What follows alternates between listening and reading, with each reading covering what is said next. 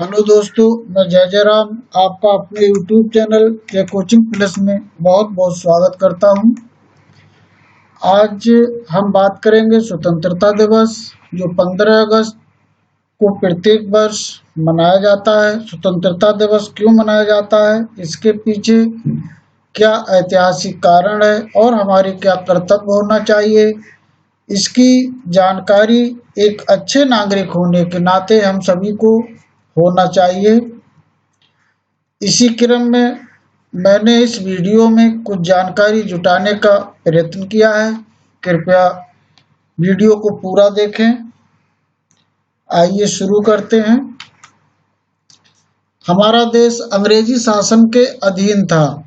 अंग्रेज देशवासियों के साथ अत्याचार, शोषण और अन्याय करते थे। ब्रिटिश शासकों के अत्याचार और शोषण के विरुद्ध हमारे देश में आवाज उठने लगी, जिससे स्वतंत्रता संग्राम का जन्म हुआ। स्वतंत्रता संग्राम शुरू हुआ लगभग 100 वर्षों के कठिन संघर्ष के बाद 15 अगस्त 1947 को हमारा देश स्वतंत्र हुआ। स्वतंत्रता प्राप्ति के इसी दिन को स्वतंत्रता दिवस के रूप में प्रत्येक साल मनाया जाता है। अब हम बात करेंगे कि हमारा देश गुलाम कैसे हुआ और आज़ादी कैसे मिली। हमारे देश में विदेशियों का आगमन, हमारा देश धन धान्य पूर्ण था। सभी विदेशियों की नज़र हमारे देश की धन संपदा पर लगी थी। 16वीं शताब्दी में जब हमारे यहाँ मुगलों का शासन था, तब हमारे यहाँ व्यापार करने की दृष्टि से यूरोप के वासियों का आगमन शुरू हुआ। इसमें सबसे पहले पुर्तगाली, डच, फ्रांसीसी और ब्रिटिश से अंग्रेज आए। विदेशी सस्ते दामों पर हमारे देश से कच्चा माल खरीद कर ले जाते और अपने यहाँ फैक्ट्रियों में सामान बनाकर हमारे ही देश में महंगे दामों पर बेचकर बहुत सारा धन कमाते थे। व्यापारिक कंपनियों की स्थापना यूरोप वासियों ने 17वीं शताब्दी में 1600 ईस्वी से 1670 ईस्वी के बीच व्यापारिक कंपनियां स्थापित की।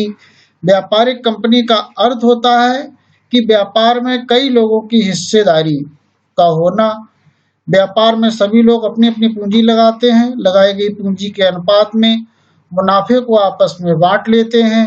इसी तरीके की कंपनियां इन विदेशी व्यापारियों ने स्थापित की।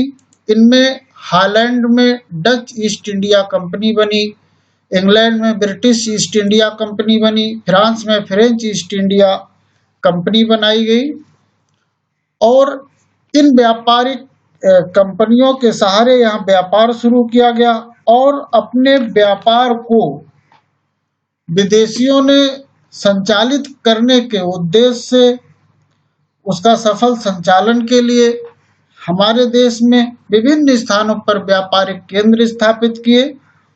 इसमें पुर्तगालियों ने पश्चिमी समुद्र तट पर गोवा, दमन द्वीप में व्यापारिक केंद्र स्थापित किए। इन व्यापारिक केंद्रों को कोठी या फैक्ट्री कहा जाता था। हॉलैंड निवासी जो डच कहलाते थे ने कालीकट, कोचीन, नागापट्टनम, चिंसूरा स्थानों पर अपने व्यापारिक केंद्र स्थापित किए। फ्रांसीसियों ने मछलीपट्टनम, पांडिचेरी, चंद्रनगर, माही आदि स्थानों पर अपने व्यापारिक केंद्र स्थापित किए। अंग्रेज केवल समुद्र तट तक ही सीमित नहीं रहे। उन्होंने देश में सूरत, कैम्बो, अहमदाबाद, आगरा, भड़ौच, पटना आदि स्थानों पर अपने व्यापारिक केंद्र स्थापित किए। जब सारे व्यापारी यहाँ व्यापार करने लगे तो उनमें आपस में व्यापार की होड़ सी लग गई। यूरोप के सभी देशों के व्यापारी पुर्तगालियों से व्यापार छीनने की होड़ में लगे रहते थे। धीरे धीरे अंग्रेज सभी व्यापारियों पर भारी पड़ गए। अंततः अधिकतर व्यापार पर अंग्रेजों का कब्जा हो गया। विदेशी कंपनियां लाभ के लिए साम दाम, दंड भेद किसी भी तरीके को अपनाकर अपने व्यापार को बढ़ाना चाहते थे। इसके लिए उन्होंने राजाओं के यहाँ अपने दूत भेजकर खुलकर व्यापार करने की मांग की। दूतों को प्रलोभन दिया जाता था उन्हें कर से छूट दी जाती थी। व्यापारी राजाओं की खुशामद भी कर लेते थे। व्यापार के बदले राजाओं को नई नई वस्तुएं भेंट देते थे। सर टॉमस रो ने तो जहांगीर को अंग्रेजी दस्ताने तथा बग्घी भेंट की थी, जिससे जहांगीर बहुत प्रसन्न हो गया था। भारत में अंग्रेजी राज की स्थापना 18वीं शताब्दी में मुगल साम्राज्य की शक्ति क्षीण होने लगी। प्रांतीय और क्षेत्रीय शासकों ने अपनी अपनी स्वतंत्र सत्ता स्थापित कर ली, जिससे भारत को अंग्रेजों ने अपना उपनिवेश बना लिया। इसी समय इंग्लैंड में औद्योगिक क्रांति हुई थी, जिससे वहां बहुत सारे कारखाने लग गए।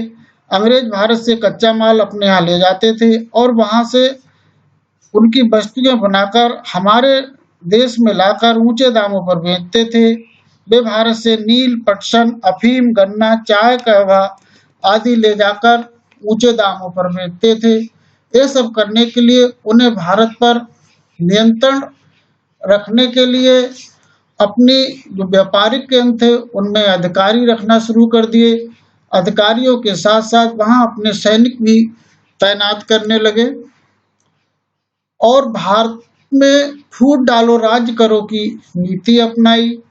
हमारे देश में तमाम रियासतें थीं जो अपनी सीमा को बढ़ाने के लिए आपस में ही लड़ा करते थे और इसी कमी का फायदा उठाकर अंग्रेजों ने फूट डालो राज्य करो की नीति अपनाई। वो किसी एक राजा की सहायता करते थे और उसके बदले में उससे राज्य का एक हिस्सा ले लेते थे। डलहौजी की विलय नीति भी इसमें एक महत्वपूर्ण कारण रही। लॉर्ड डलहौजी ने जिन राजाओं के कोई पुत्र न हो, वे अंग्रेजों की अनुमति के बिना किसी को गोद नहीं ले सकते थे की नीति को अपनाया। इसी नीति से उसने तमाम राज्यों को अंग्रेजी राज्य में मिला लिया। इस तरह से धीरे धीरे अंग्रेजों ने पूरे भारत पर पूर्णतः कब्जा कर लिया। भारतीयों पर तमाम तरीके के अत्याचार किए जाने लगे। भारतीयों के साथ जानवरों जैसा व्यवहार किया जाने लगा। अंग्रेज भारतीयों को गिरा हुआ समझते थे। चूंकि हमारे भारतीय कम पढ़े लिखे होते थे, टेक्निकल ज्ञान ज्यादा नहीं होता था, इसलिए भारतीयों को गंवार समझा जाता था। मजदूरों को पूरी मजदूरी नहीं दी जाती थी, वे उन्हें गुलाम बनाकर रखते थे। जो मजदूर कमजोर होते थे, काम न कर पाने की स्थिति में, उन्हें कोड़ों की मार लगाई जाती थी। इस प्रकार भारतीयों पर जुल्म सितम की हद हो गई और ये हद की सीमा जब बर्दाश्त से पार हो गई, तब इसके विरोध में 1857 में एक क्रांति का जन्म हुआ। इस क्रांति का जो कारण था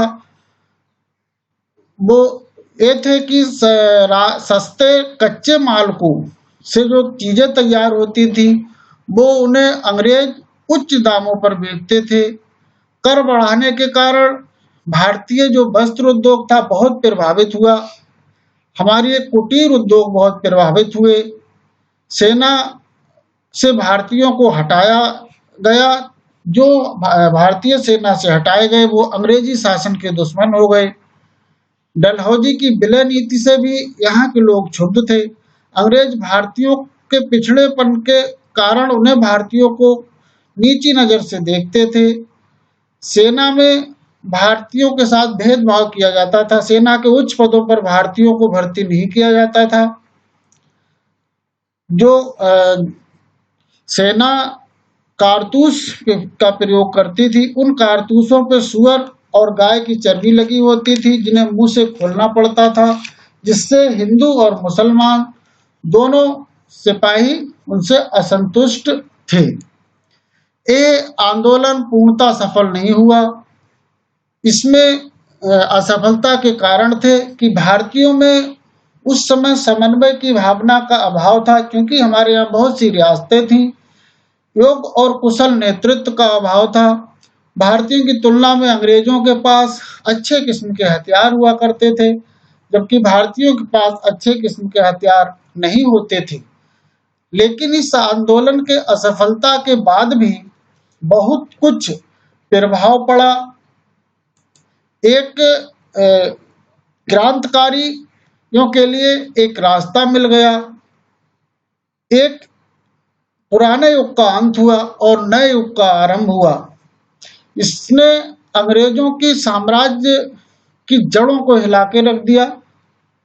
इस घटना की पुनरावृत्ति न हो, महारानी विक्टोरिया ने 1858 में घोषणा पत्र जारी किया था, जिसमें ब्रिटिश शासन को सुदृढ़ बनाने के लिए उपाय किए जाने की बात कही थी। इस क्रांति से भारतीयों में राष्ट्रीय भावना का जन्म हुआ। जो पहले अपने अपने राज्य की सोचते थे, अब एक भावना पैदा हुई जो राष्ट्रीयता की भावना थी, जिससे पूरे देश को एक में जोड़ देने का काम किया। देश भारतीयों के दिलों में अपनी स्वतंत्रता को प्राप्त करने के लिए एक जोश खरोश उत्पन्न कर दिया। तो इस आंदोलन के असफल होने पर भी बहुत कुछ इससे प्राप्त हुआ। यहाँ से हमारी क्रांतिकारी लड़ाई आरंभ हुई।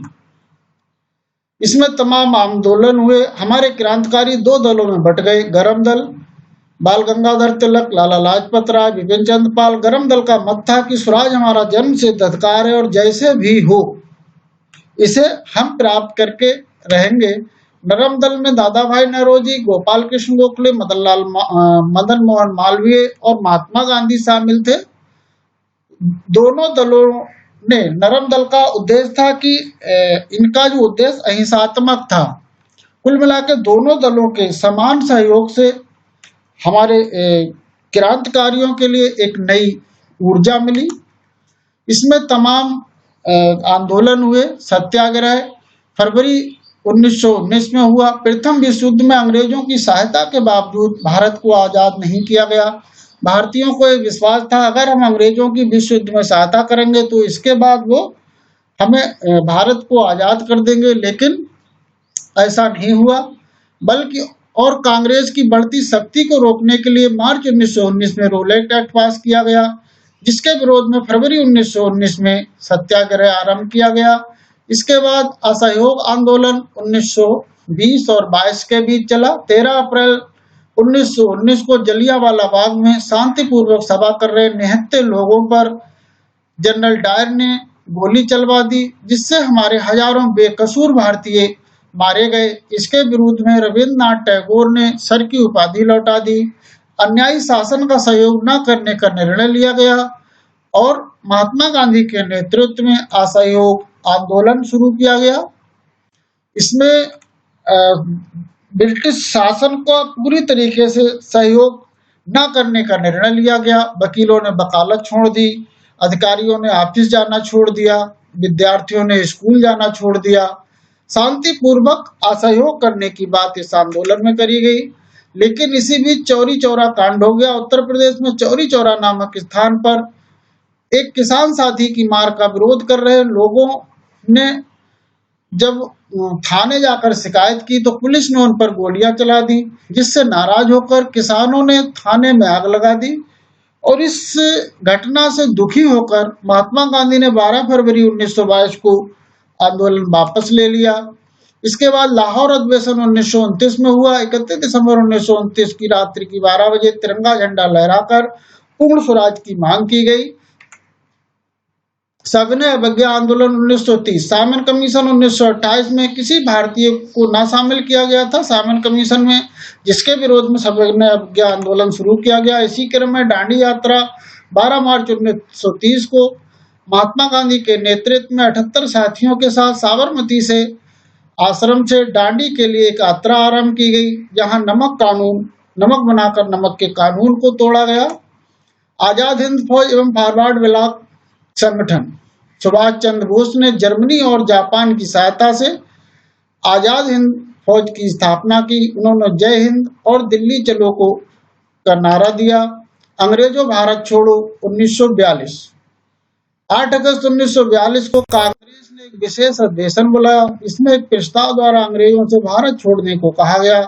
करो या मरो का नारा दिया गया। इससे अंग्रेजों की नींव हिल गई। अंग्रेजों के विश्वास हो गया कि अब भारतीयों पर और ज्यादा समय तक शासन करना संभव नहीं है। भारतीय जनमानस अब जागृत हो गया है, तो उन्होंने भारत की सत्ता भारतीयों को सौंपने के लिए सहमति जताई और 15 अगस्त 1947 को रात 12:01 पर हमारा देश स्वतंत्र हो गया। स्वतंत्रता के साथ साथ हमारे देश में तमाम समस्याएं खड़ी हो गई। सबसे बड़ी समस्या थी शरणार्थियों की, क्योंकि देश का बंटवारा हो चुका था। हिंदुस्तान को भारत और पाकिस्तान दो हिस्सों में बांट दिया गया, जिससे शरणार्थी बड़ी संख्या में आए। उन्हें बसाने की, उनकी जीवन यापन की दशा को सुधारने के लिए बहुत सारी समस्याएं सामने आई। देशी रियासतों का विलय, जब देश स्वतंत्र हुआ था तो हमारे देश में 562 लगभग रियासतें थीं, उन्हें एकीकृत करना था। उसी समय पाकिस्तान ने भारत पर आक्रमण कर दिया था, जिससे और आर्थिक समस्या भी बहुत बड़ी थी। हमारे जो स्वतंत्र राज्य था उसे चलाने के लिए नियम और कानून की व्यवस्था करनी थी, उसके लिए संविधान बनाना था। हमारे देश के तमाम बुद्धिजीवियों ने तमाम देशों के संविधानों का, दुनिया के विभिन्न देशों के संविधानों का अध्ययन कर उनसे जो अच्छी चीजें लगी उनको लेकर और अपनी सभा की माध्यम से भारतीय संविधान का निर्माण किया। भारतीय संविधान 26 जनवरी 1950 को लागू हुआ, जिसे गणतंत्र दिवस के रूप में मनाया जाता है।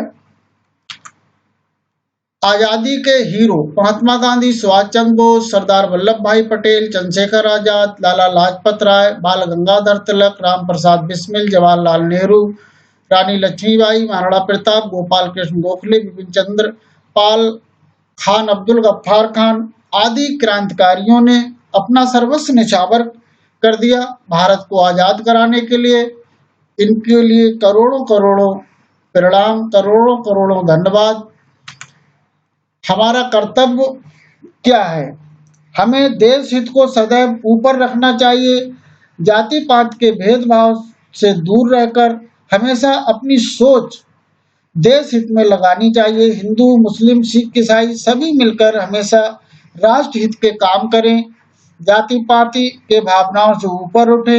सभी अपने अपने कर्तव्यों का पूर्णतः ईमानदारी और निष्ठा पूर्वक पालन करें, जिससे हमारा देश प्रगति के पथ पर निरंतर गतिमान रहे।